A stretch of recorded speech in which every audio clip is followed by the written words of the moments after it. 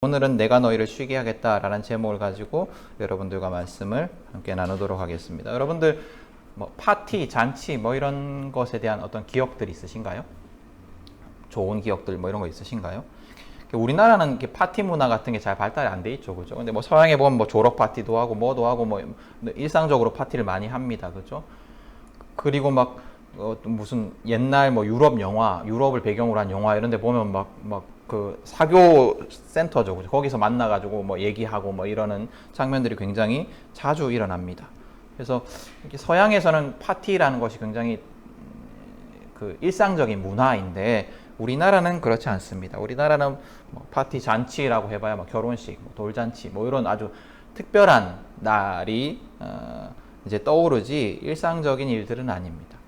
근데 요즘에는 이제 조금 달라지긴 했는 것 같아요. 어린아이들 보면 어린이집에서 뭐 할로윈 파티도 하고 뭐 파티도 하고 뭐 파티도 하고 이런 거 많이 하더라고요. 또 이제 생일 파티도 되게 자주 하고 좀 그럴듯하게 하고 뭐 이런 것들을 보게 됩니다. 저희들 뭐 생일 잔치, 저희 나이 때야 생일 잔치 해봤자 뭐 치킨 시켜 먹고 뭐 이 정도였지 않아요, 그죠? 뭐 그렇건데 뭐 그렇게 좀 보이긴 합니다. 또 우리 뭐 여러분들 중에서도 경험하신 분들이 있을지 모르겠지만 이제 젊은 친구들은 막 그 클럽 같은 데 가면 뭐 이렇게 이벤트 파티 이런 것도 많이 해서 뭐 그런 것들로 뭐 또 좀 경험할 수 있을지 모르겠지만 어쨌거나 그렇습니다. 그래도 제가 이제 파티 잔치에 대한 경험 뭐 이런 걸 한번 떠올려 보면 아주 어릴 때 유치원 시절에 이제 그 유치원 반에 있던 그 여자 아이 집에 그 파티 뭐 생일 잔치라고 해서 가서 뭐 놀았던 경험, 기억들, 또 뭐 제 친구 되게 이제 미안한 기억인데요. 제 친구 이제 그 생일이라고 해서 갔는데 아버지가 계셨는 거예요. 아버지가 계신 것도 예상을 못 했는데 아버지가 이제 이렇게 대머리셨어요. 근데 제가 실제로 가까이서 대머리인 사람을 처음 봤어요, 그때. 그래가지고 너무 놀란 나머지 웃음이 터져버린 거예요.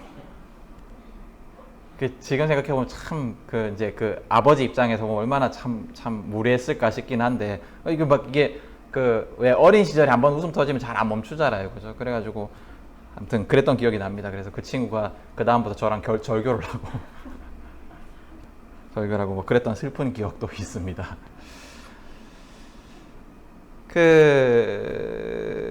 오늘 성경에 이제 그 잔치 파티에 대한 그런 배경이 나오는데요. 오늘 성경은 잔치에 초대하는 하나님과 그것을 거부하는 인간의 모습에 대해서 이야기를 하고 있습니다. 한번 비유를 하자면 그렇습니다. 잔치에 초대하는 하나님과 그것을 거부하는 인간. 예수님은 당시의 세대를 평가하면서 이런 비유를 듭니다. 16절 말씀에 보면 우리가 너희에게 피리를 불어도 너희는 춤을 추지 않았고 우리가 곡을 해도 너희는 울지 않았다. 아이들이 장터에서 노는 장면을 비유로 든 겁니다. 근데 이 말이 무슨 말이냐면 잔치의 초대에도 동참하지 않았고 장례식의 초대에도 동참하지 않았다라는 거예요. 하나님이 보시기에 당시의 사람들이 그러했다라는 겁니다. 하나님은 당시 유대인들을 하나님 나라의 잔치에 초대를 하셨어요. 세례요한을 통하여서 또 예수님을 통하여서 또 그전에는 수많은 선지자들을 통하여서 하나님 나라의 잔치에 초대를 하셨습니다. 그러나 사람들이 거부를 해요. 그 잔치에 참여하기를 거부를 합니다. 요 당시만 한정을 해보면 하나님께서 세례요한을 보내셔서 하나님 나라의 잔치에 초대하셨습니다. 그런데 사람들이 세례요한의 초대를 거부합니다. 그리고 뒤이어서 하나님께서 예수님을 보내셔서 하나님 나라의 잔치에 또 초대를 하십니다. 그러나 사람들이 이번에도 그 초대를 거부합니다. 하나님 나라의 초대는 아까도 말씀드렸지만 그 당시 사람들에게만 있었던 초대가 아니고 지금도 우리에게 하나님께서는 초대를 하고 계십니다. 하나님 나라의 잔치에 지금도 우리 모든 인간들을 초대하십니다. 모든 사람들을 초대하십니다. 그러나 사람들은 그 초대를 거부해요. 많은 사람들이 하나님을 원하지 않습니다. 하나님을 찾지 않고 하나님의 부르심에 응답하지 않습니다. 하나님 나라에 들어가기를 거부합니다. 왜 그럴까요? 당시에도 그렇고 지금도 그렇고 왜 사람들은 하나님의 초대에 응하지 않을까요? 오늘 성경을 보면 당시 사람들이 왜 하나님의 초대를 거부했는지에 대해서 한번 살펴볼 수가 있습니다. 오늘 성경에 보면 사람들이 세례 요한을 보고 먹지도 않고 마시지도 않는 모습을 보고 그가 귀신이 들렸다라고 비난을 합니다. 그렇게 세례 요한을 통한 하나님의 초대를 거부합니다. 여러분, 세례 요한이 어떤 사람인지를 한번 떠올려 보세요. 세례 요한이 어떤 사람이에요? 세례 요한은 광야에 거주하면서 메뚜기와 석청을 먹었던 사람이에요. 그러니까 막 그 다음에 가죽 옷을 입고, 그러니까 문명을 떠나서 광야에서 나는 자연인이다처럼 그렇게 살았던 사람입니다. 세례 요한은 편안하고 안락한 거주지가 아니라 모래바람이 부는 광야, 밤에는 춥고 낮에는 더운 곳, 그리고 어디에서도 뭔가를 피할 수 없는 그런 곳, 거친 바람을 피할 수 없는 곳, 안전하지 않은 곳, 그런 곳에서 지냈습니다. 또 맛있고 먹기 좋게 조리된 음식이 아니라 아주 거친 음식을 먹었어요. 석청과 메뚜기, 이게 꿀이라고 하기도 하고 이렇게 메뚜기라고 그냥 메뚜기고 이런데, 사실은 꿀, 메뚜기 이러니까 괜찮겠네 이렇게 생각할 수도 있지만 거의 생식을 한 거예요. 생식. 여러분, 아까도 잠깐 나는 자연이다 말씀을 드렸지만 그런 프로그램에 보면 이상한 음식 먹는 사람도 있잖아요. 그죠? 하여튼 우리는 못 먹을 것 같은 그런 자연에서 난 음식들을 먹는 분들이 있는데, 그래도 그분들도 나름 이렇게 좀 조리를 해 먹습니다. 그죠? 먹기 좋도록 조리를 해 먹는데, 이 세례 요한의 음식은 그것과 비교할 수 없을 정도로 먹기 거친 음식들이었어요.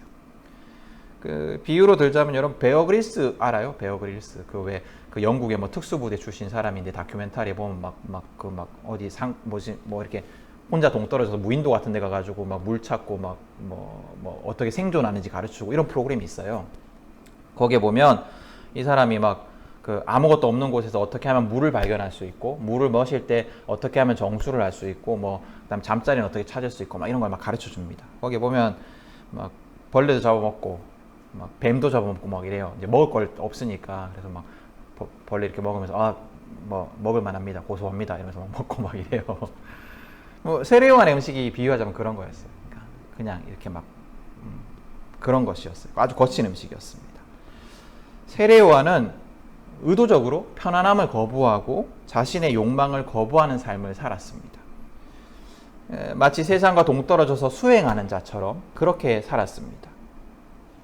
여러분, 그런 삶을 살아가는 자의 초대에 응하는 것이 쉽지 않겠죠. 그 사람의 초대에 응하게 되면 그 사람과 함께 삶을 공유해야 되는데, 그 사람의 제자가 되어야 되는데, 그렇게 살기가 쉽지 않습니다. 또 세례 요한의 메시지도 응하기 어려운 메시지였어요. 뭐였냐면, 세례 요한의 메시지는 뭐였냐면 회개하라였어요. 회개하라. 회개라는 게 뭐냐면, 그 전의 삶에서 돌이켜라, 그 전의 삶에서 빠져나와라, 그 전과는 완전히 다른 삶을 살아라, 이런 요청이거든요. 익숙한 삶에서 벗어나서 하나님의 인도하심을 따라가라, 나와 함께 하나님의 인도하심을 따라가자, 이거였어요. 근데 지금 내가 누리고 있는 것, 지금 내게 익숙한 것 다 포기하고 나와 함께 하나님에게로 가자라는 그런 요청은 정말로 쉽게 따라하기 힘든 요청입니다. 내가 누리고 있는 게 좋아서 그럴 수도 있어요.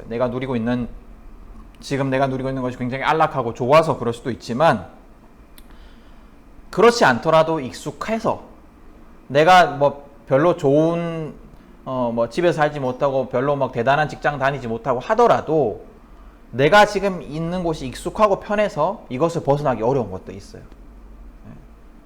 사람들은 모두 다 안정의 욕구가 있거든요. 안정적인 삶을 살고자 하는 욕구, 익숙한 삶을 살고자 하는 욕구가 있어요. 예측 가능한 삶을 살고 싶어 하죠. 그래서 이렇게 어떤 장사를 하는 것보다 직장에 있는 것이 더 편하다고 생각을 하고 이렇게 하는 거예요. 그렇죠? 왜냐하면 이렇게 요즘 직장도 그렇진 않죠. 언제 잘릴지 모르지만 어쨌거나 그런 안정적인 삶을 살고 싶어 합니다. 불안한 삶을 살고 싶어 하지 않아요. 근데 그걸 포기하고 새로운 삶으로 들어오라. 이전의 삶을 포기하고 익숙한 삶을 포기하고 새로운 삶으로 들어오라라는 요청에 응답하는 것도 쉬운 일이 아니었습니다. 또 이 세례 요한의 회개하라라는 그 요청은 내가 가지고 있는 기준과 생각을 버려라라는 요청이기도 했어요. 내가 가지고 있는 삶의 기준, 내가 얻고 싶어하는 삶의 가치, 내가 생각하는 삶의 목적, 심지어 내가 가지고 있는 어떤 신앙의 기준, 또 하나님이 주시는 복에 대한 기준, 이런 것까지도 다 포기하고 새롭게 돌이키라라는 요청이었습니다. 우린 모두 다 기준을 가지고 있잖아요. 우린 모두 다 판단의 기준도 가지고 있고 뭐 가치의 기준도 가지고 있습니다. 이런 것들을 다 포기하고 새로운 기준으로 들어오라라는 요청입니다. 이것도 쉬운 일이 아닙니다. 왜냐하면 이렇게 이 요청에 응답하기 위해서는 나를 다 부인해야 되거든요. 나를 다 버려야 되거든요. 내가 가지고 있는 모든 것들을 버려야 되거든요. 그러니까 내가 가지고 있는 물질적인 것뿐만 아니라 내가 가지고 있는 마음의 모든 것까지 다 버려야 되거든요. 그래서 사람들은 세례 요한의 초대를 거부합니다. 사람들은 예수님도 거부합니다. 세례 요한과 예수님은 거의 지금 오늘 성경에 뭐 극과 극의 삶을 사신 것 같아요. 그죠? 세례 요한은 아주 금욕적인 삶을 살았다면 반대로 예수님은 방탕해 보이는 삶을 사셨습니다. 그래서 사람들이 예수님의 모습을 보고 비난하면서 예수님은 마구 먹고 마구 먹어대는 자고 포도주를 막 들이키는 자다 이렇게 얘기를 합니다. 근데 그러면서 또 막 비난을 합니다. 그러면서 예수님의 초대에도 또 응하지 않습니다. 예수님은 아주 방탕한 자요 세리와 죄인들의 친구다라고 비난을 하면서 예수님의 초대를 거부합니다.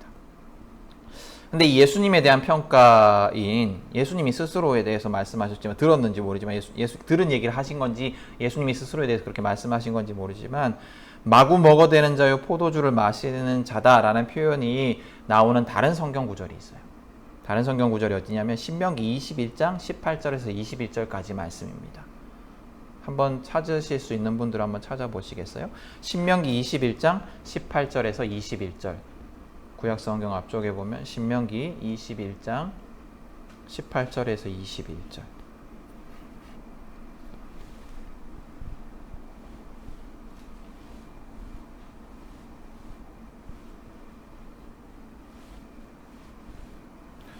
제가 한번 읽어보겠습니다.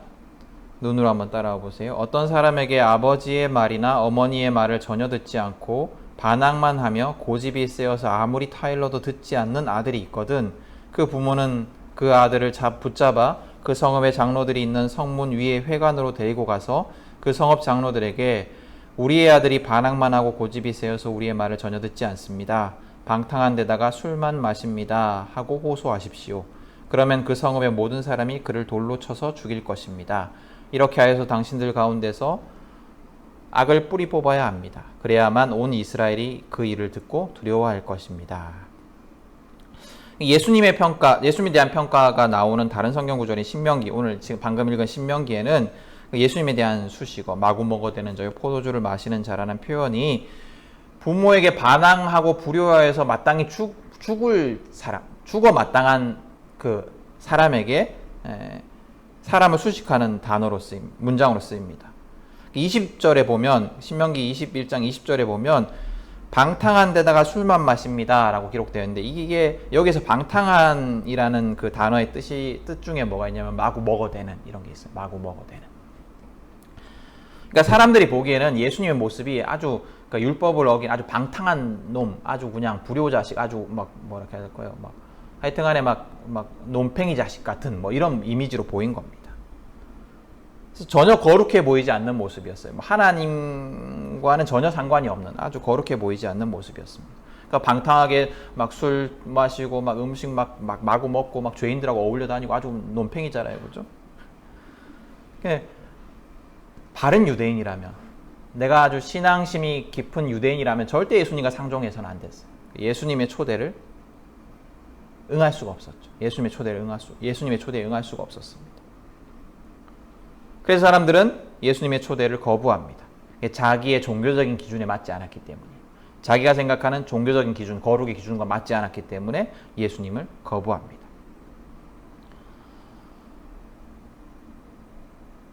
여러분, 예수님 당시의 사람들은 그러니까 왜 그 하나님의 초대를 거부했냐면 첫 번째로는 자기가 누리고 있는 것을 포기하기 힘들어서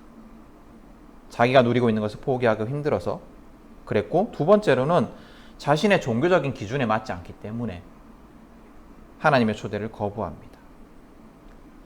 당시 사람들이 하나님의 초대를 거부한 이유와 지금 사람들이 하나님의 초대를 거부하는 이유는 크게 다르지 않을 것 같아요.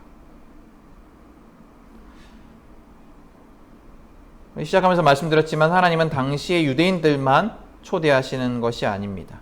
하나님은 지금도 예수님을 통해서 모든 사람들을 초대하고 계십니다. 그러나 사람들은 그때처럼 하나님의 초대를 거부합니다. 사람들이 하나님의 초대를 거부하는 이유는 예수님을 따르는 삶, 예수님과 함께하는 삶이 힘들어 보이기 때문입니다. 그 당시 사람들이 거부한 것처럼 똑같은 이유. 그 당시 사람들이 세례요한의 모습을 보고 그 모습을 따라하기 힘들어해서 거부했던 것처럼 지금 사람들이 하나님의 초대를 거부하는 이유는 예수님을 따르는 삶, 예수님과 함께하는 삶이 힘들어 보이기 때문이에요. 예수님처럼 사랑을 베푸는 것, 예수님처럼 자기를 포기하는 것, 자기 욕심을 부인하고 하나님의 뜻대로 온전히 살아가는 것, 이것이 힘들어 보이기 때문이에요. 예수님처럼 원수까지 사랑하는 삶을 살아갈 수 있을까요? 여러분, 이게 할 수 있느냐를 떠나서 여러분 원수까지 사랑하는 삶 살고 싶으세요? 여러분이 생각하는 그 원수 같은 사람이 있을 수 있잖아요. 내가 그 사람 사랑하고 싶으세요? 그렇지 않아요. 그죠? 내가 상종하기 싫은 사람, 내가 정말로 말도 섞기 싫은 사람, 그 사람을 사랑할 수 있을까를 떠나서 사랑하고 싶지도 않아요. 여러분, 자기를 포기하는 삶, 예수님처럼 자기를 포기하는 삶 할 수 있을까를 떠나서 하고 싶으세요? 나를 포기하는 삶 살고 싶으세요? 내 계획과 내 욕망 다 포기하고 살고 싶으세요?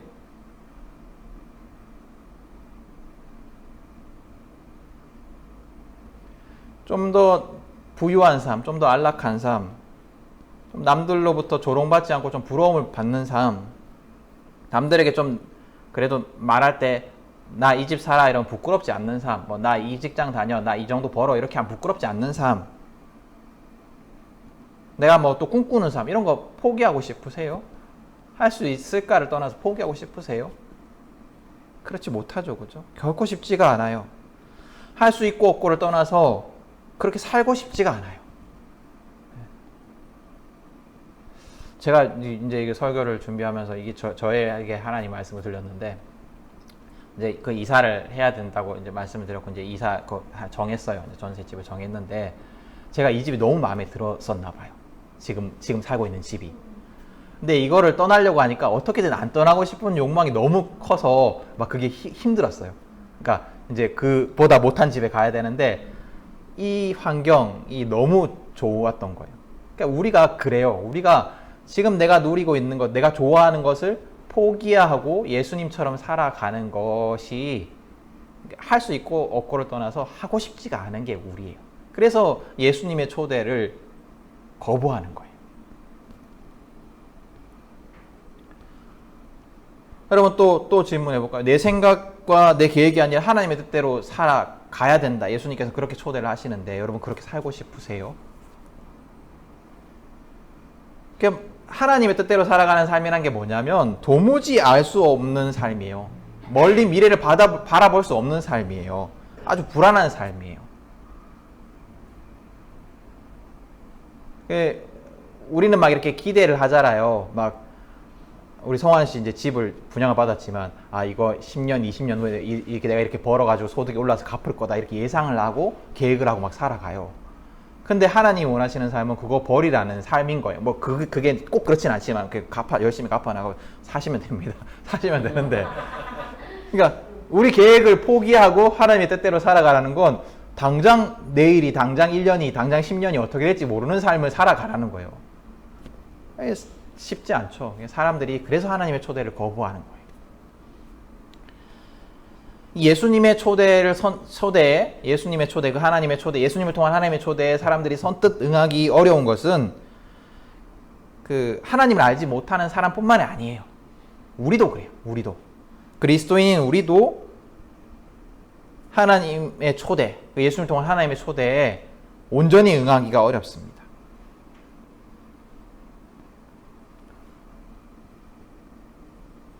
우리가 지금 그리스도인임에도 불구하고 여기에서 하나님 나라의 기쁨을 누리지 못하는 이유, 우리가 지금 온전한 그리스도인이라면 지금 여기에서 천국의 기쁨을 누려야 되는데 그 기쁨을 누리지 못하는 이유, 또 하나님의 초대에 온전하게 응하지 못하고 마치 안에 잔치가 벌어지고 있는데 그 문 앞에 서서 창문으로 그 잔치 벌어지는 것을 바라보고 있는 것과 같은 그런 신앙생활을 하고 있는 이유는, 우리가 그런 그리스도인임에도 불구하고 그런 신앙생활을 하고 있는 이유는 예수님처럼 살고 싶지 않기 때문이에요. 예수님처럼 사는 것이 어려워 보이고 힘들어 보이고 핵심적으로 매력적이지 않기 때문에 그렇게 살지 않고 내 뜻대로 살고 싶습니다. 그것만이 사람들이 하나님의 초대를 거부하는 유일한 이유는 아닙니다. 특별히 그리스도인의 경우에 하나님의 초대를 거부하는 또 다른 이유는 내가 생각하는 종교적인 기준 때문이에요. 진짜 하나님, 진짜 예수님을 우리가 신앙하는 것이 아니라 내가 생각하고 만들어낸 우상과 같은 하나님과 예수님을 우리가 신앙하기 때문에 예수님을 통한 하나님의 초대에 온전히 응할 수가 없습니다. 그래서 많은 그리스도인들이 예수님보다 전통을 더 중요하게 생각하고 예수님보다 교리를 더 중요하게 생각하고 예수님보다 내가 아는 성경의 지식을 더 중요하게 여기면서 예수님을 온전히 의지하지 않습니다. 예수님을 통한 하나님의 초대를 거부합니다.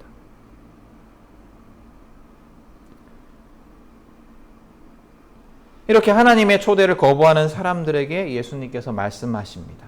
오늘 성경에 보면 어린아이와 같이 단순하게 따지지 말고 예수님과 함께 하기를 소망해라. 여러 가지 생각과 고민들을 내려놓고 그냥 예수님을 따라가라. 예수님과 함께 하나님의 그 잔치 장소로 들어가자라고 말씀하십니다. 그냥 내 손을 잡고 가자라고 예수님께서 말씀하십니다. 예수님께서 이렇게 말씀하실 수 있는 이유는 예수님이 우리의 걱정과 근심과 두려움을 다 책임져 주실 것이기 때문입니다.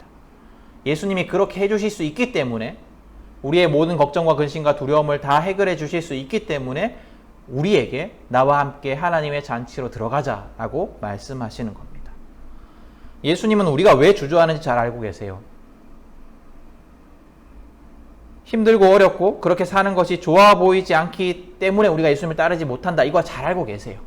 우리가 왜 예수님 온전하게 하나님 나라의 삶을 살지 못하는지 예수님께서는 다 잘 알고 계세요. 우리의 고집도 알고 계시고 우리의 생각도 알고 계시고 우리가 포기하지 못하는 것도 다 알고 계십니다. 그 예수님께서 내가 다 알고 있으니 단순하게 나를 믿고 신뢰하고 따라와라. 너의 그 불안과 고민들을 다 알고 있으니 내가 너를 책임지겠다라고 말씀하시면서 우리를 초대하십니다. 하나님의 초대에 응하는 삶은 우리의 능력으로 달성하는 삶이 아닙니다. 예수님을 따르는 그 힘들고 어려워 보이는 삶, 전혀 매력적이지 않는 삶은 우리의 힘으로 이겨나가야 하는 삶이 아닙니다. 우리가 우리의 기준과 고집을 내려놓고 겸손하게 예수님을 따라가면 예수님이 우리의 모든 그 짐, 모든 불안과 모든 그 포기하고 싶지 않은 그 마음과 모든 그 불편함과 모든 것들을 다 대신 지시고 우리의 짐을 가볍게 해주십니다. 그것이 오늘 성경에 말씀하시는 내게로 와서 쉬어라 라는 예수님 말씀이에요. 여러분, 오늘 말씀을 기억하시면서 하나님의 초대에 응하지 못하고 있는, 주저하는, 하나님을 알지 못하는 이웃들에게 권면하십시오. 예수님을 따르는 삶은 결코 힘든 삶이 아니라고. 내 생각과 내 기준을 내려놓고 예수님의 뜻대로, 예수님과 함께 살고자 하기만 한다면, 그렇게 발걸음 하나만 내딛는다면 예수님이 그 삶을 책임지시고 하나님의 초대에 응하는 삶으로 변화시켜 주실 것이다 라고 확신을 가지고 전하십시오. 당신이 하나님의 초대에 응하고자 하는 마음만 먹는다면 예수님께서 당신을 책임져 주셔서 당신의 삶이 하나님 나라의 잔치에 그 기쁨이 넘치는 삶이 될 것이다 라고 성경에 예수님께서 약속하셨기에 확신을 가지고 전하십시오. 그 삶이 힘들고 부담스러운 삶이 아니라 하나님의 잔치가 베풀어지는 행복하고 즐거운 삶이다 라고 전하십시오. 죽어서 가는 천국을 바라보고 인내하는 삶, 죽어서 가는 그 천국을 바라보면서 지금 이 세상에서 고통 속에서 막 인내하는 삶, 이것이 하나님 나라의 삶이 아니라, 내가 전하는 복음이 아니라, 우리가 전하는 복음이 아니라 지금 여기에서 예수님과 함께 하나님 나라의 잔치에 들어가서 누리는 삶이다 라고 여러분들이 전하십시오. 그리고 또 오늘 말씀을 통해서 우리에게 말씀하시는 하나님의 음성에 귀를 기울이십시오. 신앙에 대한 내 기준, 내 생각, 하나님에 대한 내 기준, 내 생각, 예수님에 대한 기준, 생각 다 내려놓고, 내 판단 다 내려놓고 단순하게 예수님과 동행하기를 구하십시오. 그것이 내 생각과 다르다 할지라도, 그 삶이 내가 따르기 싫은 삶이라 할지라도, 내 기대와 다른 삶이라 할지라도, 내 기준과 내 신앙과 내 지식과 다르다 할지라도 예수님의 손을 굳게 붙잡고 그 어려워 보이는 삶을 걸어가십시오.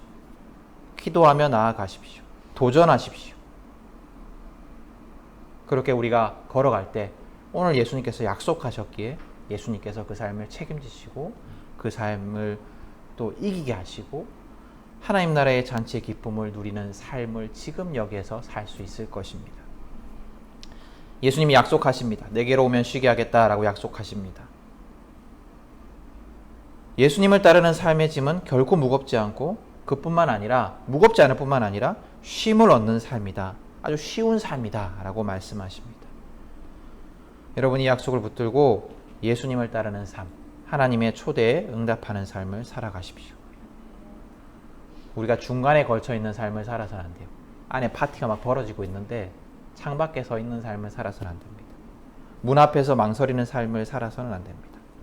예수님의 손을 붙잡고 온전히 그 문으로 들어갑시다. 잔치의 기쁨과 넉넉함을 누리는 삶, 그 삶이 우리 모두의 삶이 될 수 있기를 축복합니다.